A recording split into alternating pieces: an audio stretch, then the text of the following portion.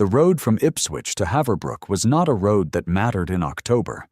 The coaches that used it were ordinary coaches, the travelers ordinary travelers, and the beggars who slept in the ditches beside it were the kind of people the world had long since stopped counting.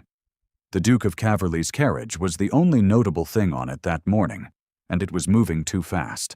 The coachman had been driving since before dawn. The light was low and gray, the kind that flattened the road's surface so that a stone looked like shadow, and a body curled into a ditch could look, for one fatal half-second, like a heap of autumn leaves. The carriage wheel caught her as it turned from the inn yard onto the road proper. Not a full strike, but a glancing blow at the shoulder, and the sound of it was enough to bring the Duke to the carriage door before the coachman had finished shouting. He was out of the carriage before Briggs had set the step. She lay on her side in the mud, very still, and for one suspended moment, he believed the worst of it. She was thin in a way that clothing could not entirely conceal. Thin the way people get when thinness has become the whole architecture of a life. Her gown had once been respectable. She wore no bonnet. Her hair, dark and coming loose from a knot someone had tied with care some hours ago, was spread in the mud beneath her cheek. He knelt without thinking, because he was a man who had been trained to assess, and he put his hand to her throat and found a pulse that steadied him. Her eyes opened. They were gray.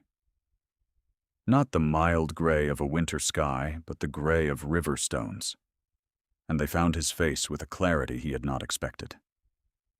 She looked at him for a long moment in which he could not read anything except that she was present and conscious and not afraid. Then her lips moved. He leaned closer. "Emmeline," she whispered. His mother's name. The name the world had not spoken to him in 2 years. The name he had come home from the peninsula to find carved in new stone at the Caverley Chapel. Everything already finished before he had been told enough to come home at all. He did not speak. He stayed kneeling in the mud of the Haverbrook Road and looked at the woman whose shoulder his carriage wheel had struck and tried to understand what had just passed between them. She had lost consciousness again by the time Briggs reached him. He carried her himself.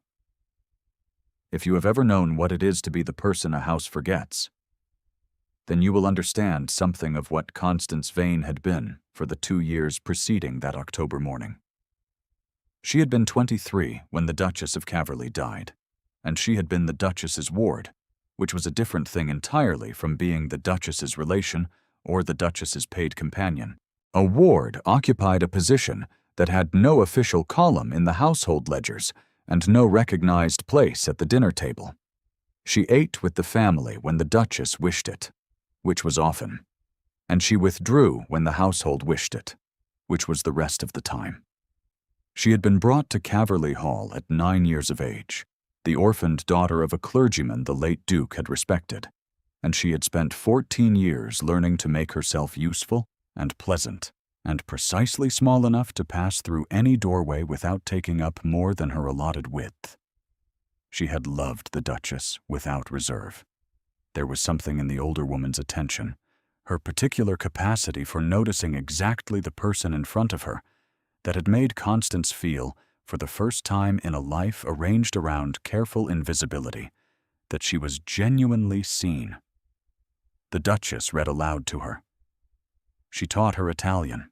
She argued with her about the merits of Richardson and dismissed them together in favor of Miss Burney with the private satisfaction of two people who share a heresy they would not announce in public. When the Duchess fell ill in the spring of the year, the Duke was fighting outside Salamanca. She had asked for Constance, and Constance had been there. She had been there for 7 weeks of slow diminishment. She had been there at the end.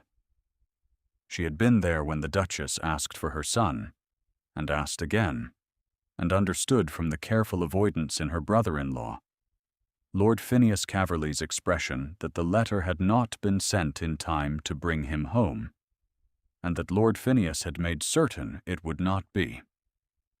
She had not been there to see what Lord Phineas did next, because he had dismissed her the morning after the burial with a fortnight's wages and the instruction never to return.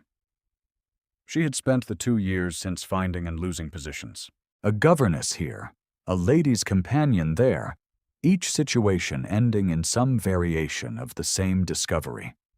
That she had come from a house under Lord Phineas Caverley's social orbit, and Lord Phineas did not choose to support her references. By August, she had nothing left that could be called a position. By September, she had nothing left that could be called a home. By October, she was sleeping in the ditch beside the Haverbrook Road, in the last respectable gown she owned, with one ring on a ribbon against her breastbone that she had worn there since the Duchess had pressed it into her hand in the last hour of her life, and said, in a voice already too thin for the room, "Give this to my son." She had not had a means to do so. She had not known until that morning that she would ever have one. She woke in a bed. It was not a servant's bed. It was a proper bed in a proper room, not so grand as the family apartments, but genuine in its furnishings. And there was a fire lit in the grate, and a pitcher of water on the washstand. And when she tried to move, her left shoulder informed her, with brisk authority, that it had opinions about that. A woman appeared, sturdy and middle-aged, whom Constance did not know, and who looked at her with the careful blankness of someone reserving judgment. "You are at Caverley Hall," the woman said. "His Grace brought you himself. You have been asleep since midday."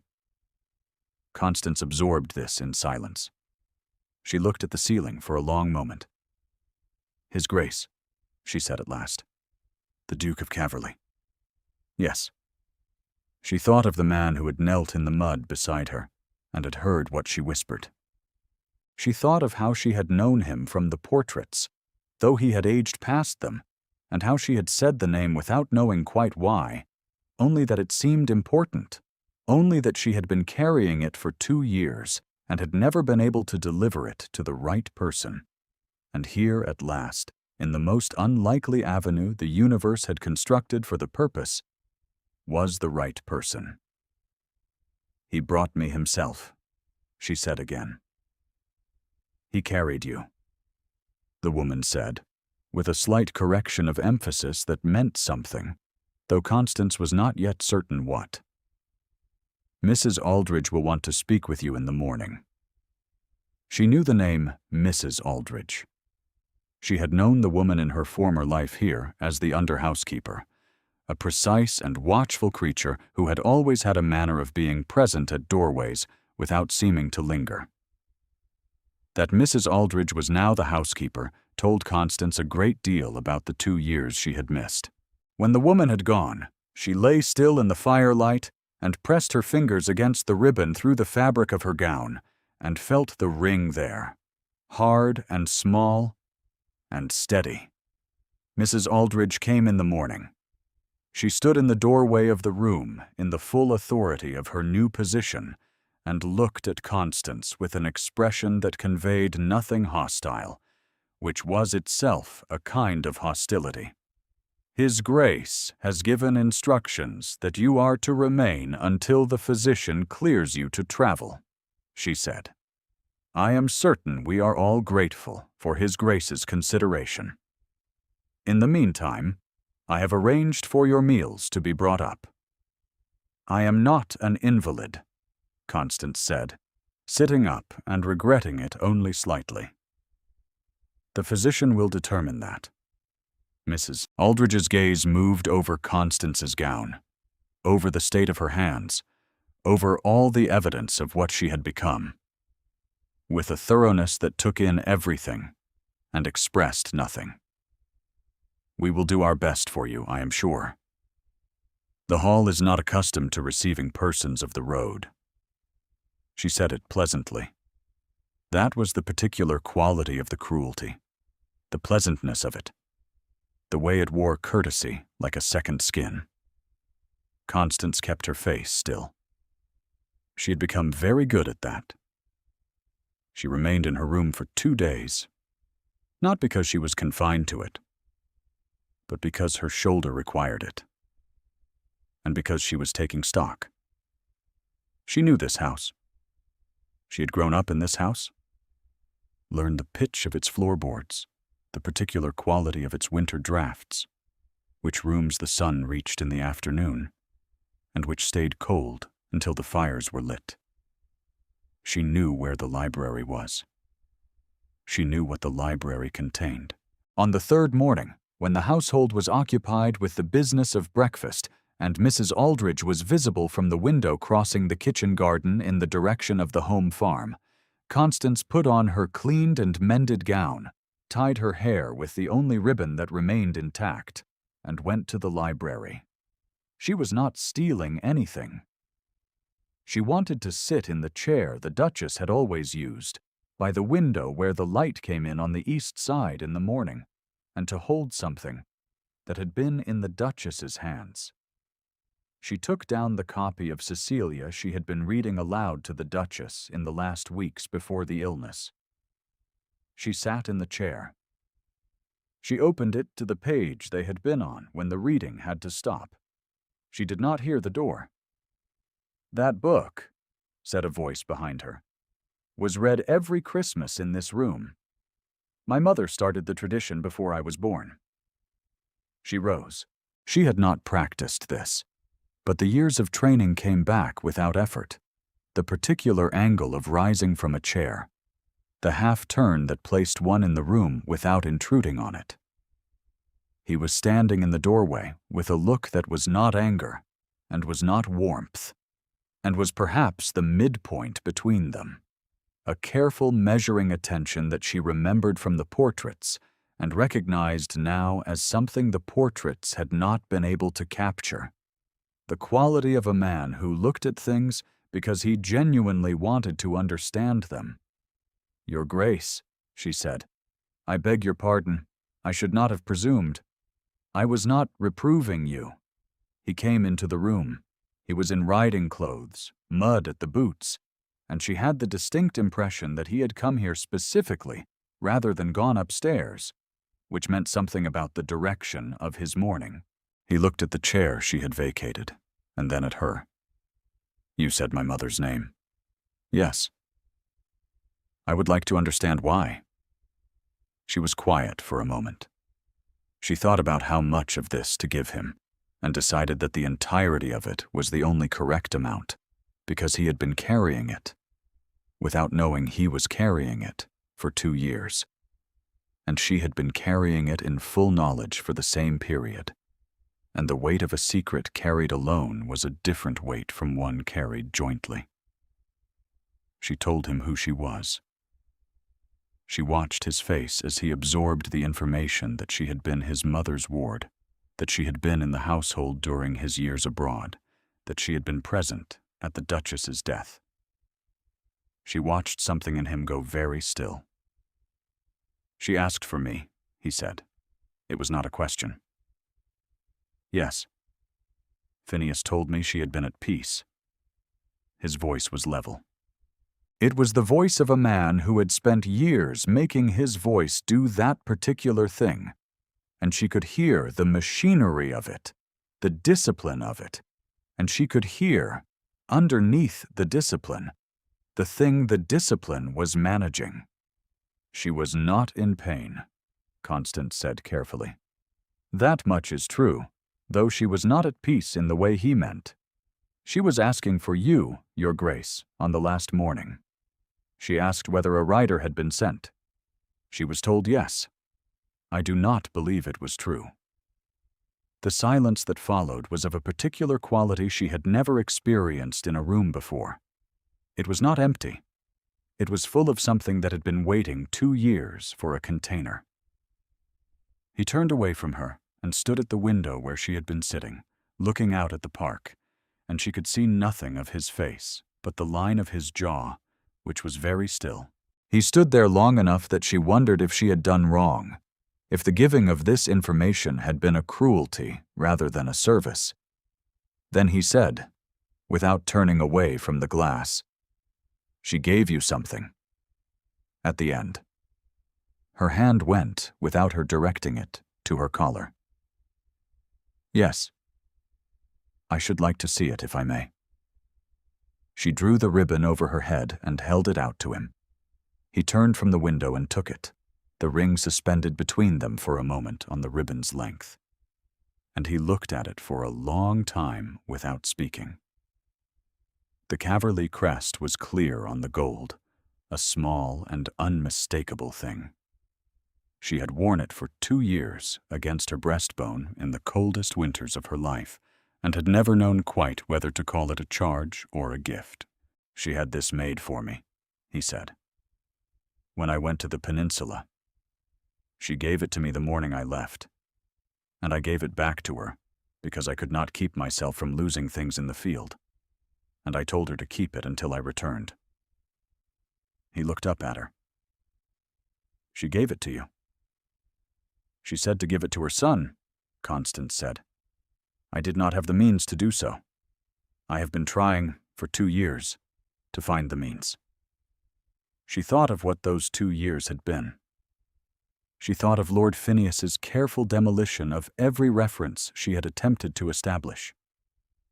She thought of the ditch beside the Haverbrook road and the cold of the October morning and the wheel of the carriage, and she thought of how unlikely and exact and almost laughable it was that this was the way she had managed it in the end. She did not say any of that. She folded her hands in front of her and waited. If you are still with her now, then you understand why she did not ask for anything. She had never been in the habit of asking for things, and the 2 years since she left this house had trained that habit into something closer to architecture. She had come to the library because the Duchess had loved it. She had told him the truth, because he was owed it. She had surrendered the ring, because it had never been hers. She did not expect any of these actions to produce a return. He looked at the ring for another long moment, and then, with a care she had not anticipated, he lifted the ribbon and placed it gently over her collar again, so the ring fell back against her chest. "Keep it a little longer," he said, "until I can do this differently." He paused. "You will stay." It was said the way he said most things, as a conclusion rather than an invitation, a grammar of authority that brooked no argument. She had been prepared to argue. She discovered that she was not. "Yes, Your Grace," she said. She had not been back in the library long before Mrs. Aldridge knew about it. She had not spoken to the woman in the corridor before Mrs. Aldridge had given a comprehensive account of it to the head footman, with enough volume to ensure Constance could hear it from the adjacent sitting room. "A beggar woman," Mrs. Aldridge said, "given the freedom of the family rooms." The particular way she said, "beggar woman," with that careful space before and after it, as though the label needed room on both sides to contain it properly, lodged in Constance's chest like a splinter. She removed it the way she removed all splinters, paying it no attention and going about the business of the day. The Duke's invitation that she join the household for dinner was extended through a footman and was not a matter of ambiguity. She came down in her cleaned gown, which was the only gown she possessed, and she sat at the lower end of the table and ate without drawing attention to herself, and listened. He asked her questions about the household as it had been in the Duchess's time, practical questions about the library's arrangement and the management of the south wing and the particular requirements of the rose garden in winter, and she answered them. He was not testing her.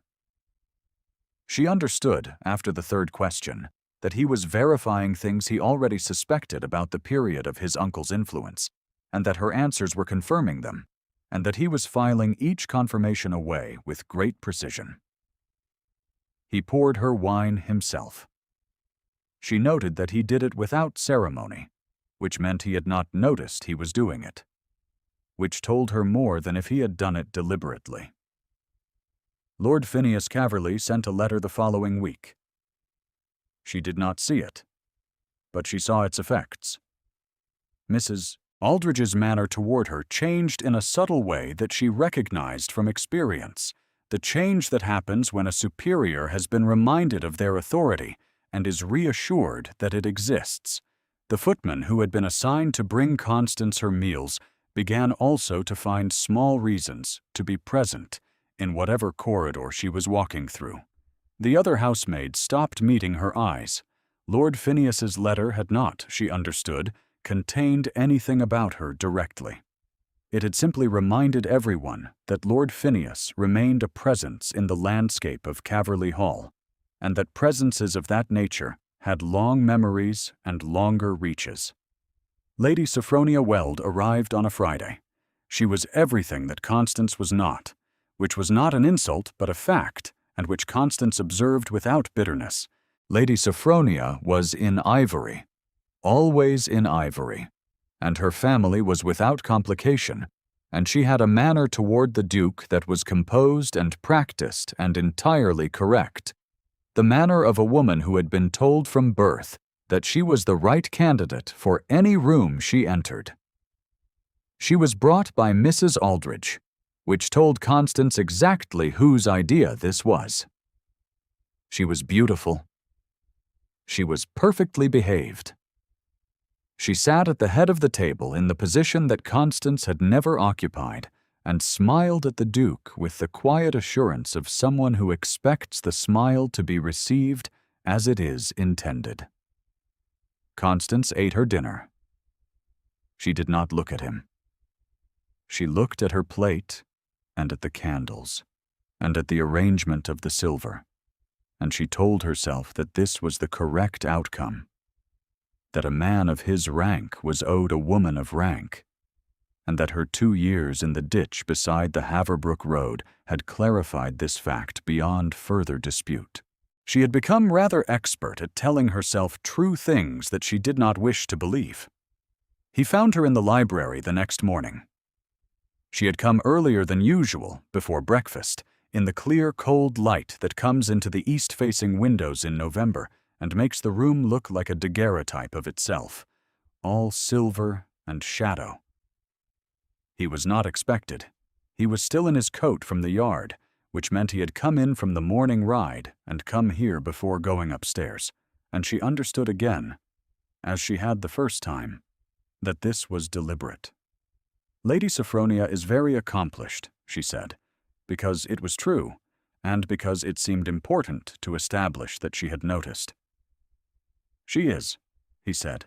He stood at the bookshelves with his back to her, running one finger along the spines the way her father had done, the memory of which she had not expected to surface in this moment, and which she set aside with the same practiced motion she used for all inconvenient things.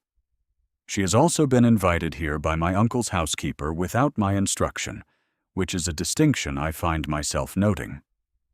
She was quiet. Constance, he said. It was the first time he had used her given name. She felt it in the place between her ribs, where she had learned to keep things that mattered too much to be kept anywhere accessible.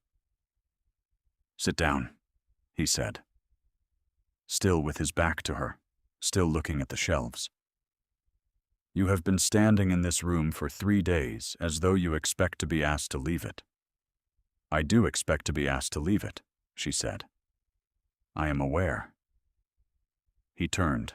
His face was complicated in the morning light, which was not the face of a cold man, she understood now, but the face of a man who had been cold for a long time as a matter of necessity, and was finding the necessity difficult to sustain. My uncle has sent word that you are to be removed. Mrs. Aldridge has seconded the recommendation. Lady Sophronia is, I am given to understand, positioned as the alternative. He looked at her steadily. You have not asked me for anything. No, she said. You carried that ring for 2 years.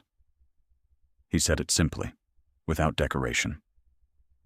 You told me the truth about my mother, when you had no way of knowing whether I would believe you or punish you for it. You are sitting in my library in the only gown you own, and you have not asked me for a single thing. A pause. Why not? She considered the question.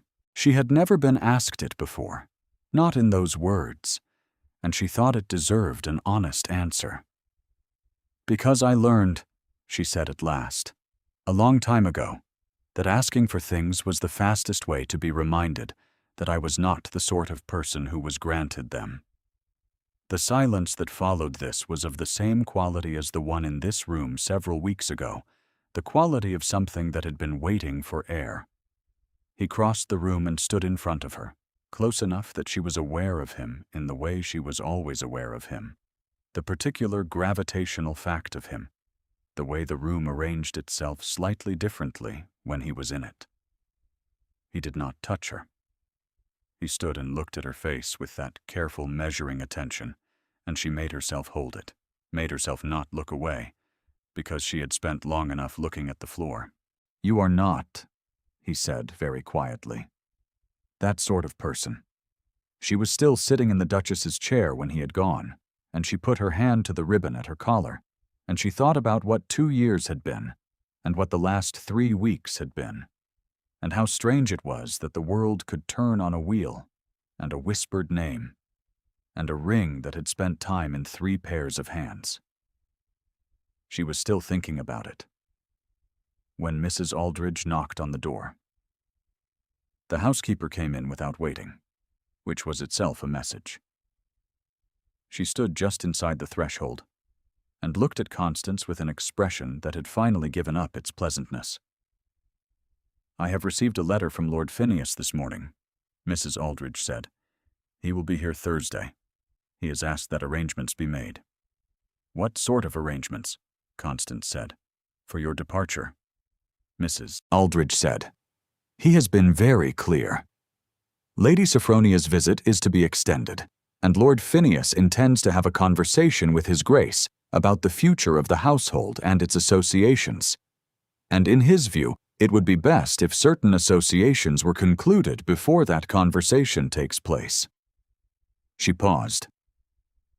He has been very clear, she repeated, with an emphasis that meant she agreed with him. Constance heard all of this quite calmly, because she had been hearing variations of it for 2 years and had grown accustomed to the sound of a door closing. She thanked Mrs. Aldridge. She sat in the chair until the housekeeper had gone, and then she sat a little longer, looking at the place where the morning light came in, and thinking about what a woman of principle did when the door closed. She began to pack before dawn. She had very little to pack, which had the advantage of being quickly accomplished. Her gown, already on her back. A second shift, pressed and folded. The hairbrush. The letters, such as they were, from the 2 years of positions, none of which would serve as a reference now. The small book of Italian verse the Duchess had given her at Christmas 4 years ago, which she had never been able to part with, even when parting with it, might have bought her a week's lodging. She folded her coat over her arm and tied her hair in the dark without a mirror, and then stood in the center of the room for a moment, with the bag in her hand, and breathed the air of the room she had slept in for 3 weeks, which was the longest she had slept anywhere since she left. She went downstairs very quietly. She intended to go out through the kitchen passage, which opened onto the side court, and from there to the road, and she had calculated that the November dark gave her perhaps 2 hours before the household began to stir, which was enough. She did not reach the kitchen passage. He was in the great hall. She stopped. He was in his coat, fully dressed, a single candle on the table at his elbow, making a small, steady light in the dark of the hall, and he looked at her bag and at her coat, and at the expression on her face and said nothing at first. Just looked at her, with that particular attention, that quality of seeing that his mother had also possessed, and that she now understood was a family trait. "You were going," he said. "Yes." She saw no advantage in pretending otherwise. "Before my uncle arrived?" "Yes." "Because you decided," he said slowly, that it would be cleaner to go yourself than to be removed. It was so precise an articulation of the thing she had been thinking that she could not immediately speak. She looked at the candle and at his hands and at the window above the door where the first unreliable gray of morning was beginning to suggest itself. And she said, "You will need to receive Lord Phineas without me as a complication. Lady Sophronia is a suitable match. I do not wish to make things harder than they need to be." "You are not a complication," he said. "Your Grace," she said. She had not intended it to come out the way it did, with that particular weight in it, the weight of 2 years in it. "I am a woman who has been sleeping in ditches. I am a woman your uncle has spent 2 years ensuring cannot provide a single respectable reference. I am a woman who arrived at your door on the end of a carriage wheel and has given you nothing in return but an old grief made fresh." Her voice was even. She had become very good at making her voice do that. "I have no family and no fortune and no position. I am a complication by definition." The door opened. She had not heard the carriages in the dark, but they were there. 2 of them in the courtyard. And Lord Phineas Calverley came in from the cold with Lady Sophronia Weld at his side, and 2 of his own footmen behind him, and the full authority of a man who believes he is arriving at a moment he has arranged. Lord Phineas was the Duke's father's younger brother, which had once made him a man of no particular consequence, and which had, since the Duke's prolonged absence and the Duchess's death, made him a man of considerable practical power within the Calverley orbit. He was shorter than the Duke, broader, and he wore his self-possession the way he wore his clothing, tailored to fit and in no danger of coming loose. He looked at Constance, and then at the bag in her hand, and at the Duke, and his expression, for one quick moment, was the expression of a man who had arrived to find the room already arranged in a way he had not specified. "Calverley," he said, with the ease of a man who had once outranked this title and had never entirely accepted that the arithmetic had reversed. "I see you are entertaining early." Lady Sophronia's gaze moved to Constance with the particular quality of a woman assessing the field, and Constance recognized in that gaze something that was not malice, but was very precisely composed confidence. The confidence of a woman who had been told her whole life that she was the correct choice.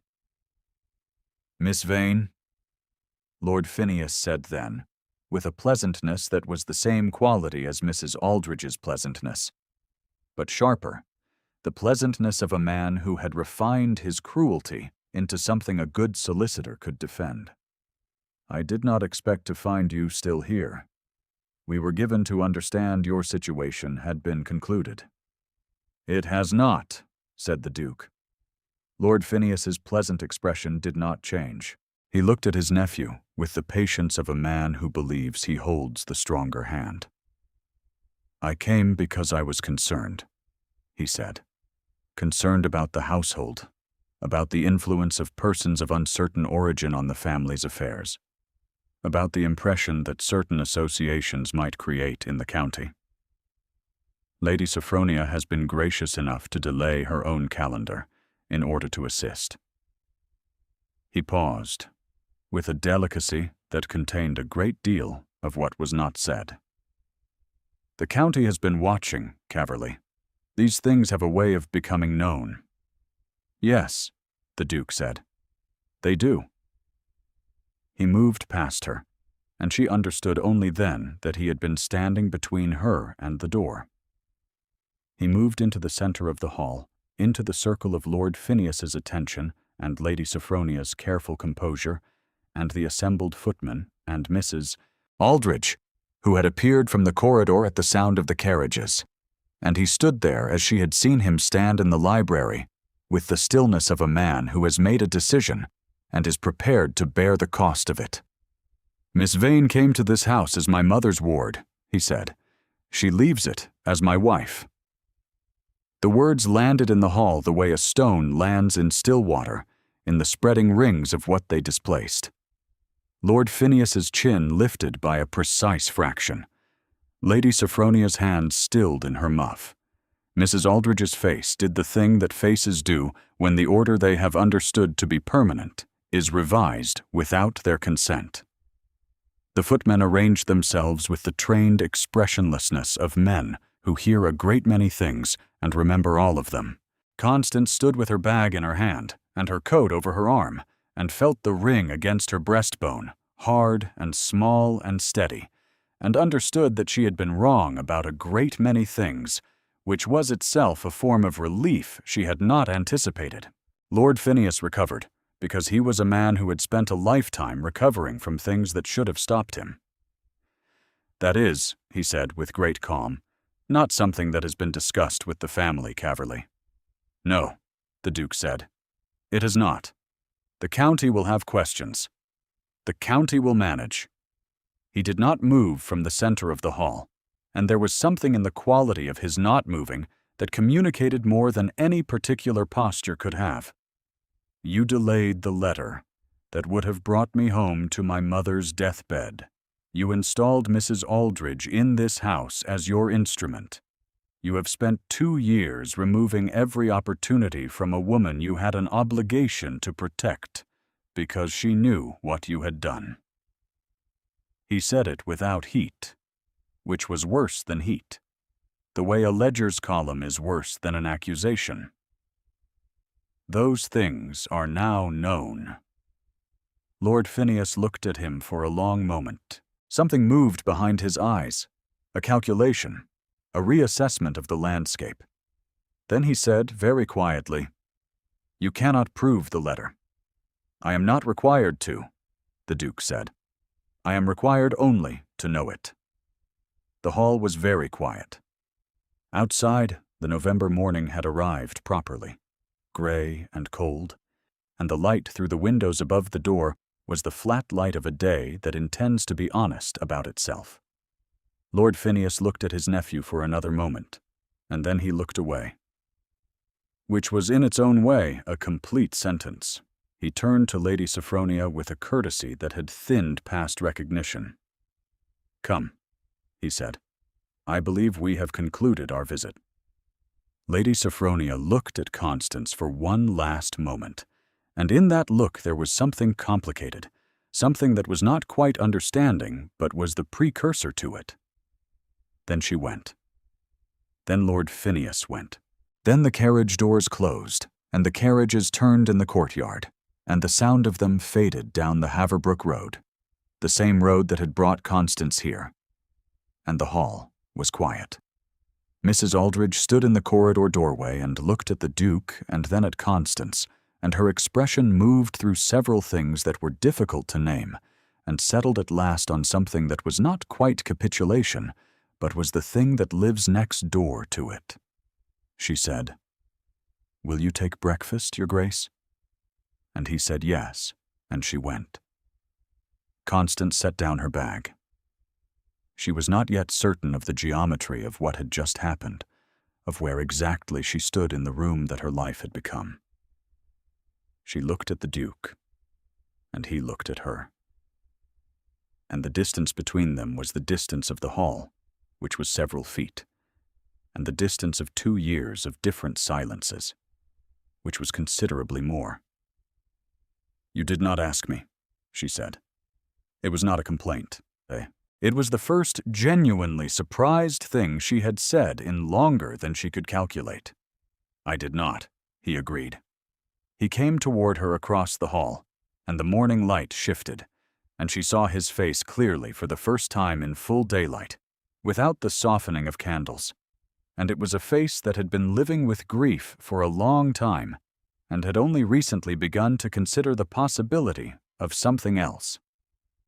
He stopped in front of her and held out his hand. She looked at it. "I am asking now," he said. She put her hand in his and felt the warmth of it, the specific solidity of a hand that had made a decision. and was not going to unmake it. Her throat was very full of things she had been carrying for a long time and could not yet put into words, so she did not try. She simply held his hand in the cold hall in the gray November morning and stood still, and for the first time in 2 years, she did not feel the need to take up less space than she occupied. If you have stayed with Constance Vane from that mud-banked road to this hall, then you have kept faith with her through the length of her patience, and I am grateful for your company. Leave a word in the quiet below, if her story moved you. Some things deserve to be witnessed more than once. The weeks that followed were not simple. Lord Phineas remained in the county, and the county remained watchful, and there were calls that were not returned and invitations that arrived with a slight quality of assessment in the penmanship. Mrs. Aldridge requested her own removal, and was granted it, replaced by a woman the Duke had known in his mother's time and whose competence was unimpeachable. A solicitor arrived from London with documents that established, as cleanly as documents could establish anything, the details of what had been done with the letter in the spring of the year the Duke had been in Spain. The solicitor also brought the register of the Duchess's last dispositions, which had been, it emerged, considerably more specific than Lord Phineas had ever allowed the Duke to see. The Duchess had intended Constance for her son. Not in the way that intention looks in a document, not as a formal arrangement, but in the way that intention lives in the practical provisions one makes for a person one loves. The bequest of the small fund that Lord Phineas had quietly redirected. The note in the register that listed Constance Vane as a ward of the estate with corresponding protections. The Duchess had seen, 2 years before it became necessary to see it, what was going to happen. She had built provisions against it. Lord Phineas had built provisions against the provisions. None of this was simple. It was the work of weeks and of a solicitor who was considerably more tenacious than Lord Phineas had calculated. It was also the work of a duke who had spent years in the peninsula learning to hold a position that required holding without the luxury of rushing. The snow came in December, early and serious, the kind that arrives without apology and rearranges the landscape before breakfast. Constance stood at the library window on the morning it came and watched it cover the courtyard and the kitchen garden and the road that led away toward Ipswich, and she thought about how the world looked before and after snow, the way it made everything unfamiliar, and how that was not always a bad thing. She heard him before she saw him. The particular sound his boots made on the library floor had become, over the weeks, a sound she recognized the way one recognizes the pitch of a familiar voice in a crowd. He came and stood beside her at the window, and they looked at the snow together. He had the ring in his hand. She had surrendered it to the solicitor 3 days ago for the purposes of the register, and the solicitor had returned it yesterday with the documentation establishing its significance. And now it was here again, in the Duke's palm, small and certain in the morning light. He took her hand without ceremony and slid it onto her finger. She looked at it there, the cavalry crest catching the winter light from the window, the gold warm against her cold hand. She looked at it for a long time. Then she looked up at him. He was watching her face with that particular attention, that quality of seeing, and she thought again of his mother, who had possessed it too.